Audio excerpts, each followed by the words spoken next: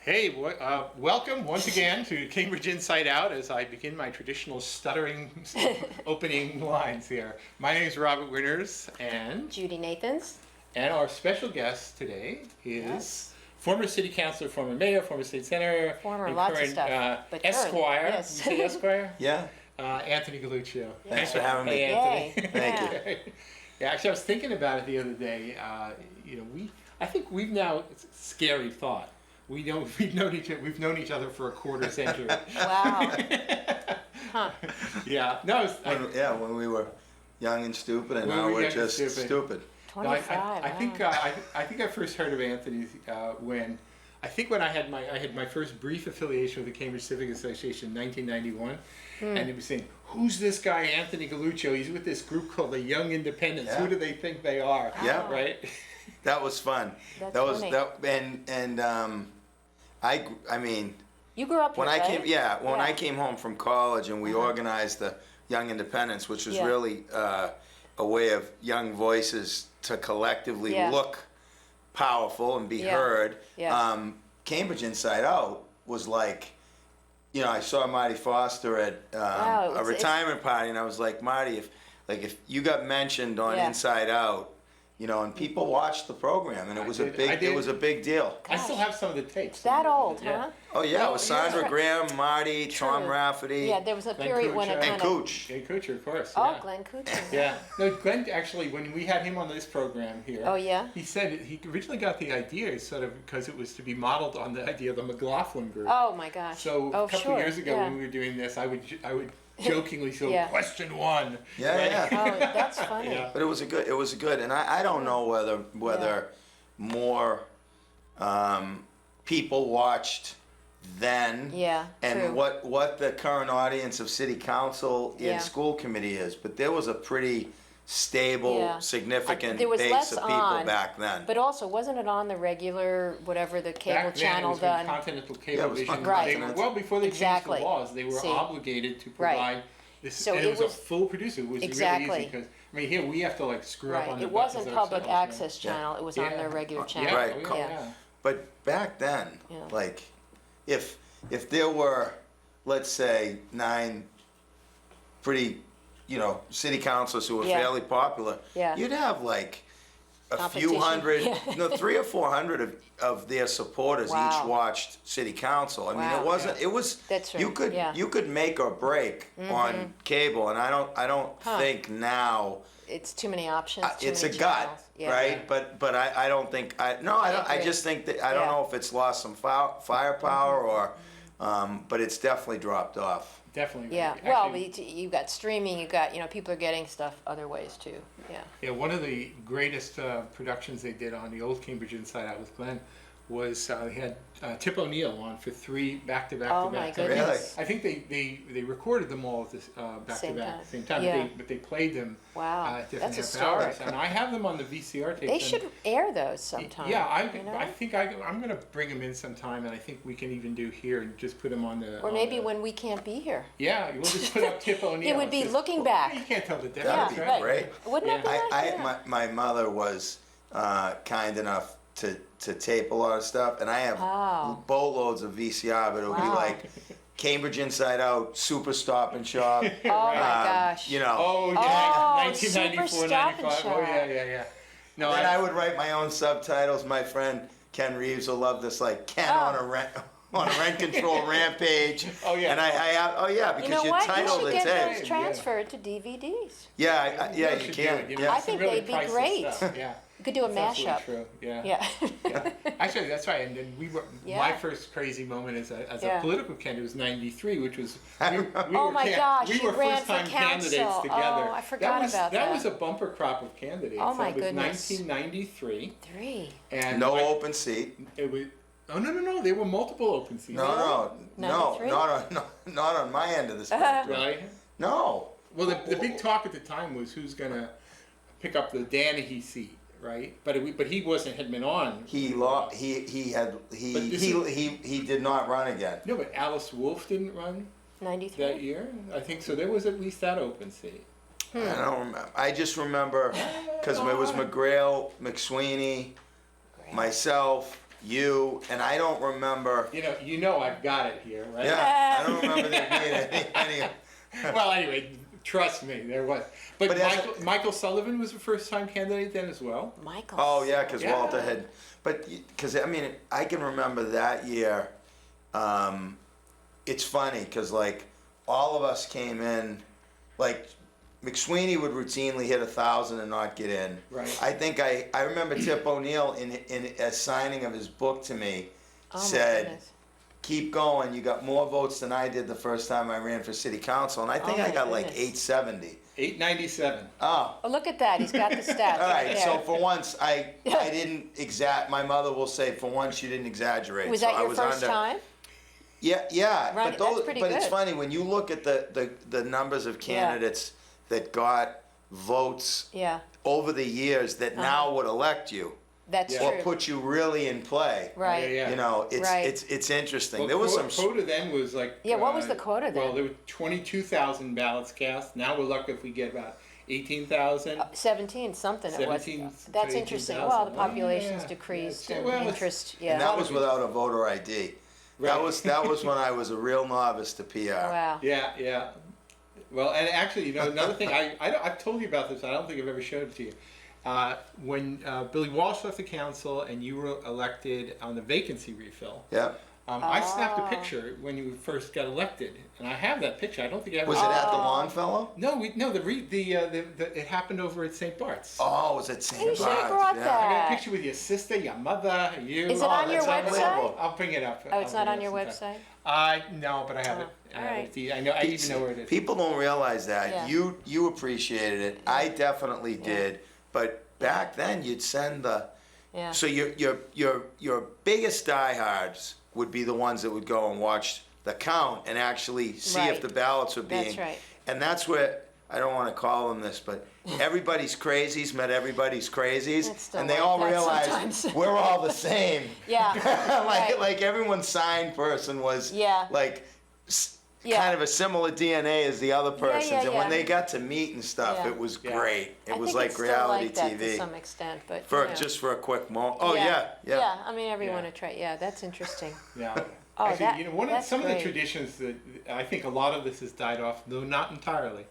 The Russell truck would make the rounds on election Oh, day the Russell and bring truck. coffee and donuts.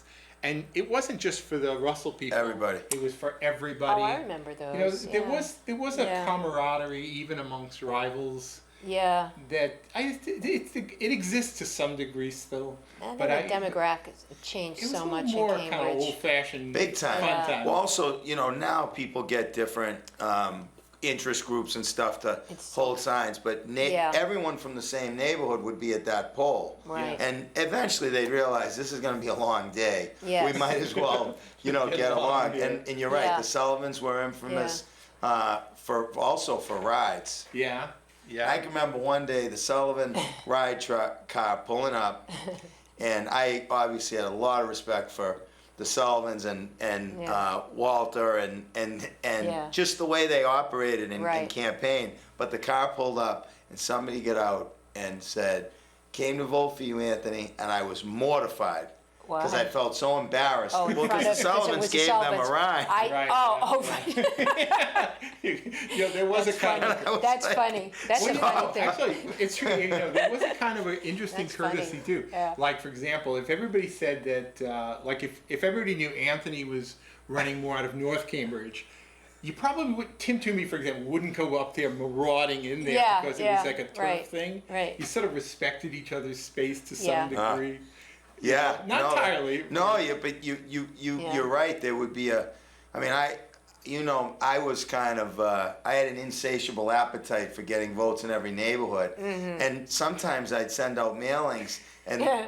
there'd be a cold wind in the Oh, air around oh, certain yeah. people, and I'd say, well, that must have been a pretty good mailing. But over the years, Yeah. I scaled some of that back because Yeah. the votes you'd get versus the Right. frigidity Exactly. with your colleague Right. wasn't worth it. Right. But you're absolutely right. Yeah. Oh yeah. That's definitely how it was. That's. So, anyway, more to come, I'm sure. But maybe a few That's quick interesting. things here. I mean, a little quick few announcements. I think worth mentioning. I don't know how many who are watching the program knew Henry Irving. He was a Republican, a rarity in Cambridge, but Henry, who was he was age 65. 65. I just read that on your, a week or so ago, and there's a service for him this coming Saturday, which is January 16th, noontime at St. Peter's Episcopal Church at Mass Ave. Right. Of course, another significant passing was David Bowie.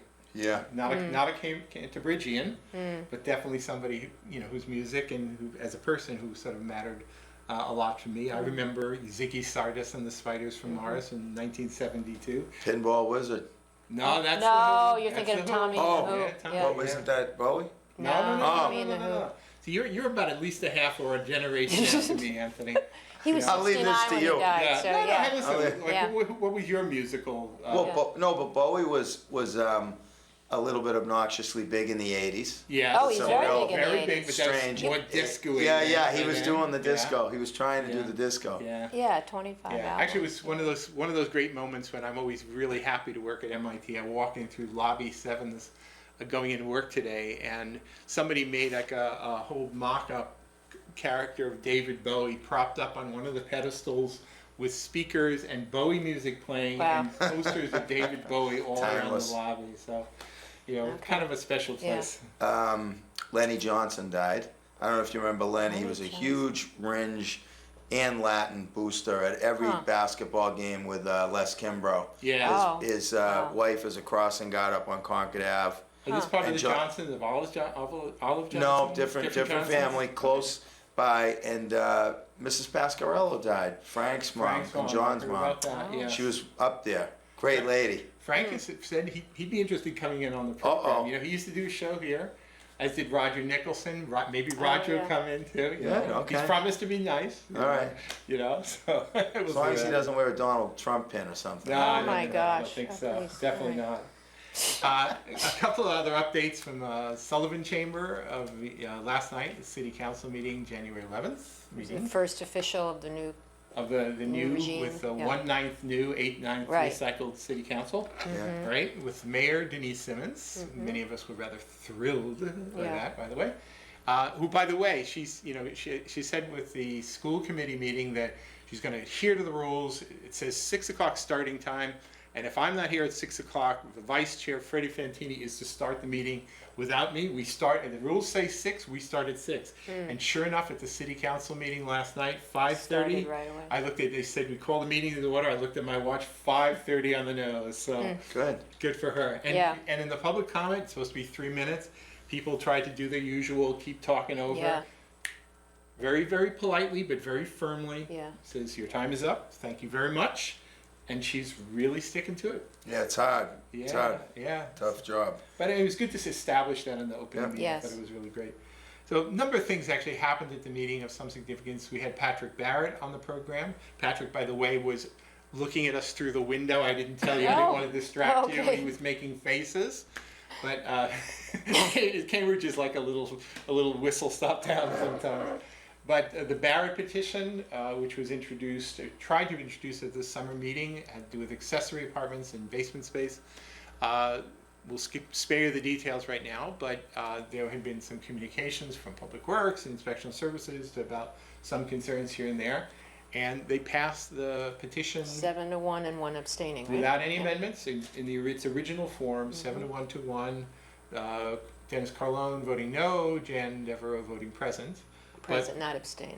Yeah, it's a good example of a. Yeah, tell us. I mean, Patrick's a citizen. Right. He owns some property. Right.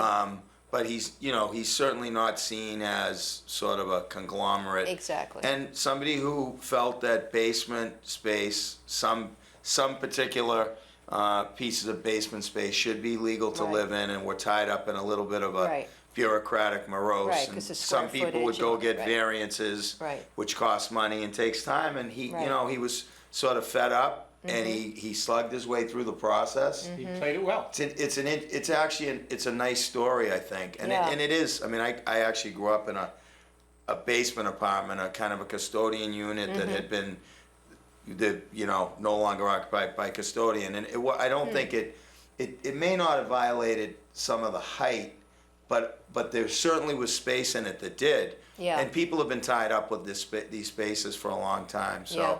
it's an interesting one, but he deserves a lot of credit. Good. Absolutely right. Yeah, and he pointed out, and as did Mark McGovern and others, that people are already putting in units like this all over the city. They just sort of do it as a weekend job, as they say, kind of sneak it through, permitted or not, whether it meets the codes or not. And this will regularize it a little bit more, and so if people do it, they can do it in the light of day Yeah. and make sure it's done right. And I don't think it diminished the need for other zoning compliancy like parking and the No. other things in the code. There's No, still a fire right. code applicability. So, Sure. you know, it was Yeah. really this height issue that's been Yeah. very interesting over the years. So Yeah. congratulations to It was, Patrick. from a procedural point of view, it was a bit of a departure from the way they've done zoning petitions. Well, first off, let me say, the typical zoning petition typically is an interested party who wants to do a change in the zoning to allow them to do something.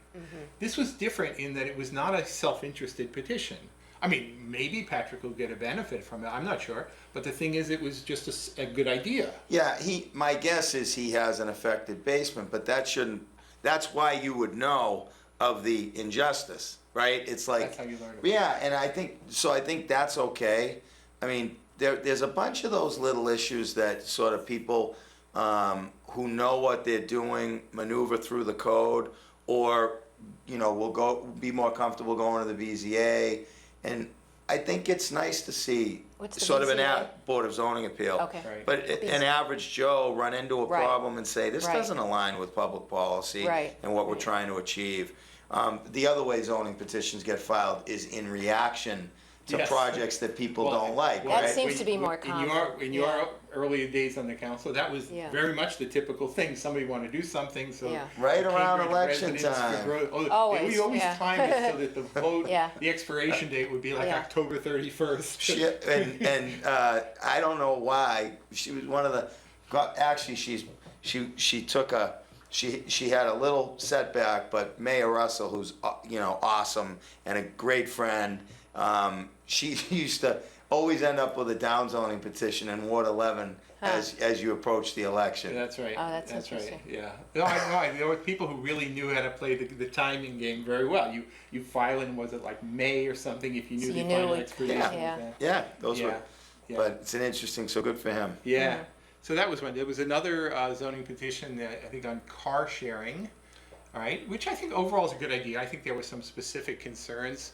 That ended up being ordained on a 7-2 vote last night, with councilors Kelly and Toomey voting no.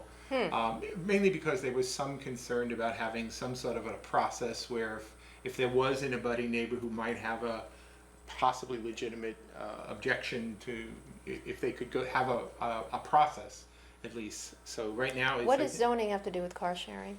the thing is that there are certain acceptable uses. In a sense, you could say that car sharing is like a commercial Oh, use. a I don't know if that's commercial use. exactly the I right way of get you. describing it, Huh. but it's a That's departure complicated, from yeah. what the Okay. zoning Yeah, and you allows. can also Yeah. incent car sharing, which actually, this is, no one will ever give me great credit for this, but I was the mayor and my chief of staff, Terry Smith, who did all the work to bring Zipcar to Yeah. Cambridge. Oh, But good. there's ways to create incentives, so if you have Sure. a Zipcar or a Yeah. car share, that may count as, you Oh, may be I able to see. like I exempt see. yourself Okay. from 2 required parking spaces didn't because realize- okay, I get it yeah, now. so All I'm not as up to speed. Okay. I know my friend Steve Kaiser has very lofty goals for car sharing, and he's probably not altogether happy, but I think this was a big first step. Okay. You know. Oh, I Yeah. think so. Yeah, yeah. It's been interesting, whether it was the project across the street from here or elsewhere over the last couple of years, where it actually became kind of a routine part of the negotiation discussion. Because they're allowing much lower parking ratios nowadays. It seems like people have wised up to the fact that not everybody wants a car anymore. Yeah. Yep. So part of that is they're maybe requiring, as part of the special permit criteria or whatever, to have some kind of a zip car integrated into the parking Designation, arrangements for the okay. buildings. you know, just an acknowledgement of the fact Right. that some people want to do some sort of car sharing, Yeah. whether it's zip car or car sharing, you know, where multiple people share, whatever. Sure. But it's definitely it's different than the old days where it was you want to put in an apartment, you had to put in a parking space, and it was rigid. And I think that started to soften up as a result of the, you know, remember the growth planning document that grew out of these things from the early '90s. I think it was. Yeah, but I think people Transit oriented. Yeah, no, absolutely. I mean, the anticipation of the lower vehicle demand was there, but no one believed it. I mean, you could sit in audiences where, you know, families that had, you know, you aspired to have 3 cars in the family. I've been out there with projects, and when somebody will say it's only going to require, you know, 0.6 or 0.5, and I had an issue in Somerville with, you know, good friends of mine just didn't believe it, and I really had to show them other projects and show that the demands were coming in much lower than certainly than 1-to-1. Yeah. And I think though people have started to watch the new generation and see that they really are adherent to the no car It's thing. very different. Just like the no so I TV, think no yeah, TV, no and car. I think people have started to see enough of it. They actually believe that It's it's a big happening, generational issue, and not just generational. A lot of people have figured out how expensive it is, and so or they forth. don't need 2 cars and walking and or sharing. A lot of people do zip car now. They don't want to have a second car. or I remember something, hearing public testimony. People weren't so much concerned about the right or wrong about 1. They wanted to require 1.5 because, well, you're going to have visitors over, or you're right. you're going to get you know, so Somerville was at 1 to 1.5 for long after we had gone to 1-to-1. Yeah, yeah, so it's that's changing. Yeah. You know, lots of changes here. So anyway, we've got a few minutes in the first half hour. We'll come back here, but just to get started on one thing I think we really should talk to him about here is we're talking about one little minuscule portion of sort of the planning efforts, but we're about to kick off this whole big citywide planning master. Like Envision Cambridge. It was master plan, and Yeah. we're calling it the citywide plan. Apparently now they're calling it, you know, I could almost have predicted that they were going to call it Envision Cambridge or Innovation Agenda Cambridge or something like that.